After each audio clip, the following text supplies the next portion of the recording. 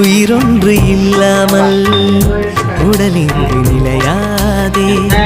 உயிர் என்ன பொருள் என்று அலை பாய்ந்து திரியாதே. வாழ்க்கையின் வேர்களோ மிக ரகசியமானது. ரகசியம் காண்பதே நம் அவசியமானது. தேடல் உள்ள உயிர்களுக்கே தினமும் பசி இருக்கும்.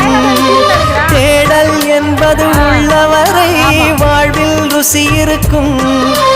பாடு போல தேடல் கூட ஒரு சுகமே. இசை பாடி வரும் இளம் காற்றுக்கு உருவமில்லை. காற்றலை இல்லை என்றால் ஒரு பாட்டொலி கேட்பதில்லை. ஒரு காலம் வருகையில் உள்ளம் கொள்ளை போகுதே. ஆனால் காற்றின் முகவரி கண்